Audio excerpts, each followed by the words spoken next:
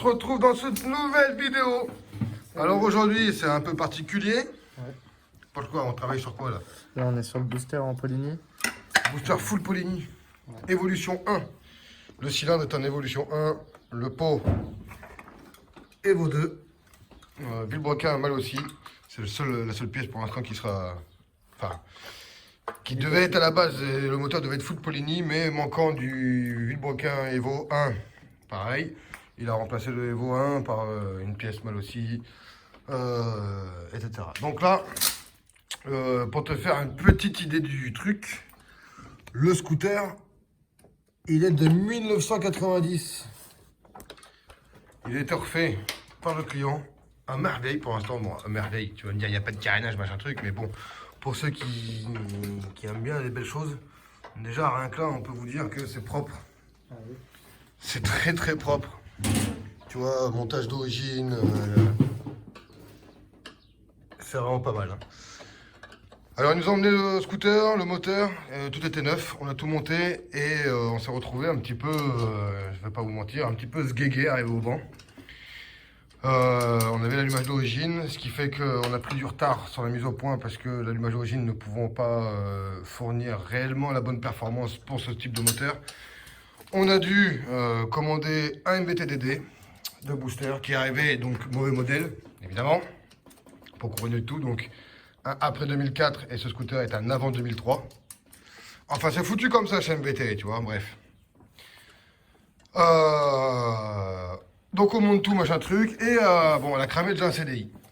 Par sûrement la faute d'un mauvais branchement, d'un retour de masse qui... Enfin, une daube, sûrement notre faute. De toute façon, il n'y a pas d'autre mot, hein, un allumage ne crame pas comme ça.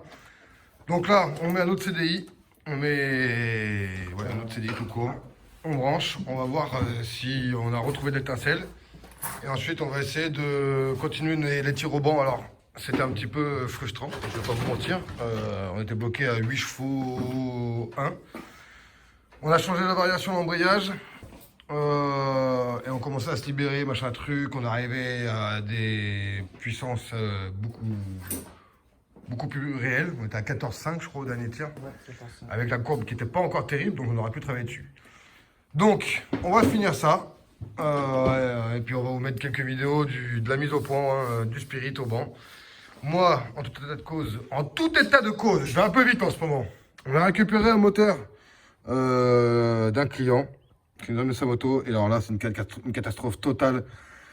Un moteur M6 Topalu qui a été gratté, on ne sait pas pourquoi ici, qui a été gratté donc ici, alors que c'est un 86, ça passe déjà de base correctement.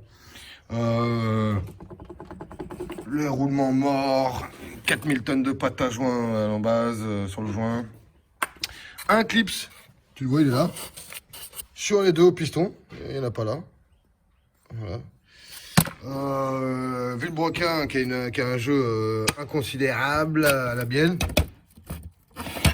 Je sais pas si on va... C'est beaucoup trop. La boîte de thé qui sortait pas réellement du roulement.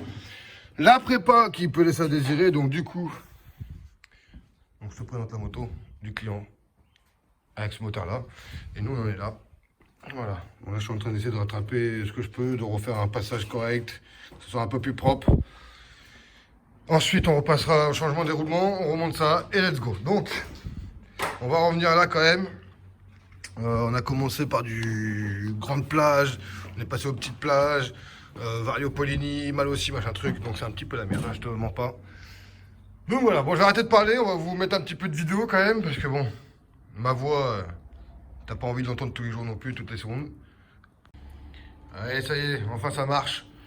Donc c'était bien le CDI qui avait cramé, on a fait quelques tirs, hein. Et on a retenu le meilleur. Pour l'instant, on en est là. Alors, on est à 11,7 chevaux à la roue.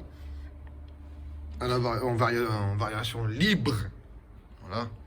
On va travailler un peu dessus, sur légèrement la carbe. On va affiner la variation. Et puis ça sera à la fin, je pense. Donc voilà. Et là, on est en petite plage, de toute façon. On n'avait pas trop le choix. Avec la grande plage, ça marchait pas vraiment. Et puis, voilà. Bon. Allez, on va vous montrer un peu comment ça marche, quand même.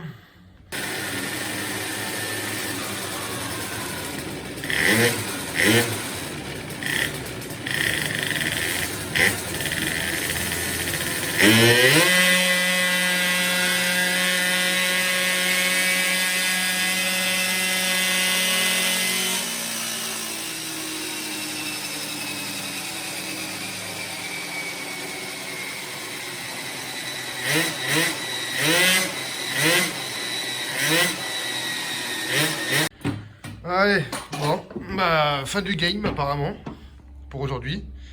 Because, je crois que c'est l'écrou. Ouais, l'écrou d'embrayage qui, ben voilà, il est L'écrou mort, d'ici, il est flingué. Démontage, remontage, c'est la flingue étos. Il n'y a plus rien dans le machin, il n'y a plus de pas de vis. Donc du coup, merde, on a plus. Ça, on en a passé à tir l'arigot. Du coup, bah, on va récupérer un axe demain. Un axe de transmission, plus l'écrou qui va avec. Et on continuera. Pour l'instant, on est plutôt pas trop mal. Ça commence à couiner un petit peu correctement, mais on voulait tester un autre embrayage avec un autre correcteur, etc. Donc, bah, j'ai envie de vous dire la suite. Demain. Demain? Allez. Allez, let's go les gars. À demain.